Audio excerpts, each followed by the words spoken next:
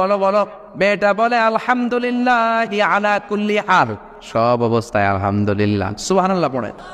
সংসার কেমন চলে? কয় খুব ভালো। খাওয়া দাওয়ার অবস্থা কি? কয় আরো ভালো। এবার মেয়েটা বলে কে আপনি? এই মরুভূমির মাঝখানে রৌদ্রের মধ্যে দাঁড়িয়ে দাঁড়িয়ে কথা বলেন, কেউ তো কোনোদিন আমাদের খোঁজ নিতে আসে না, কে আপনি? ঘরে আসেন। সৈয়দনা ইব্রাহিম বলে না, আমার পরিচয় দিব না, ঘরেও আসবো না। মেয়েটা বলে আপনি যদি ঘরে না আসেন আমি কিন্তু রাগ করব। সুবহানাল্লাহ কোন। জোর করে ঘরে নিলেন, শরবত খাওয়ালেন, খেজুর খাওয়ালেন, রুটি খাওয়ালেন, মাংস খাওয়ালেন। সৈয়দনা ইব্রাহিম চোখের পানি ছেড়ে দোয়া করলেন, ও মিয়া এটাও মাইয়া আগেরটাও। আহা, বেশ কম আসরা নাই।